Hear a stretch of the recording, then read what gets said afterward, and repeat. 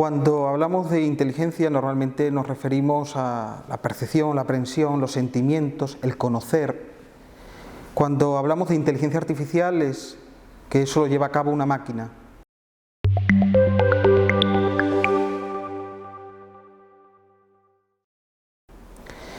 A través de datos, en la manipulación de datos, utilizando algoritmos. Eso es inteligencia artificial. Es un concepto que nace en torno a los años 50, año 56, pero ya Alan Turing en el año 50 había hablado de aprendizaje automático, de máquinas que aprenden solas, que razonan. Incluso se podría pensar que si llegan a sentir realmente. Es muy complicado definir qué es inteligencia artificial. Se proponen 4 grandes definiciones, ¿no? Que es una ciencia, son máquinas que piensan como personas, que actúan como personas, si piensan o no racionalmente, o si actúan o no racionalmente. Depende si nos referimos más al ámbito del pensar o del actuar. Las aplicaciones prácticas de la inteligencia artificial son muy conocidas. Seguramente en la vida diaria todos utilizamos inteligencia artificial, todos.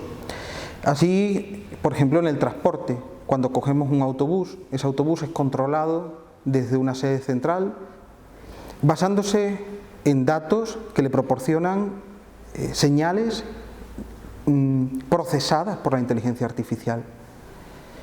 El metro, por ejemplo, el metro de Shanghái, desde el año 97 se conduce solo a través de la inteligencia artificial. Coches autónomos, autobuses que comienza a ver en algunas ciudades que empiezan a conducirse solos, de manera autónoma. Son algunas de las aplicaciones en el transporte, pero también en otros ámbitos, por ejemplo en el de la sanidad, donde se utiliza la IA para detectar el cáncer, por ejemplo el cáncer de mama en las mujeres. Otro de los campos es en la agricultura. Se utiliza para predecir tormentas, todo el tema de climatología, pero también para un uso eficaz del agua, para controlar el crecimiento o no crecimiento de una determinada variedad nueva de plantas que estoy empezando a sembrar en un determinado territorio.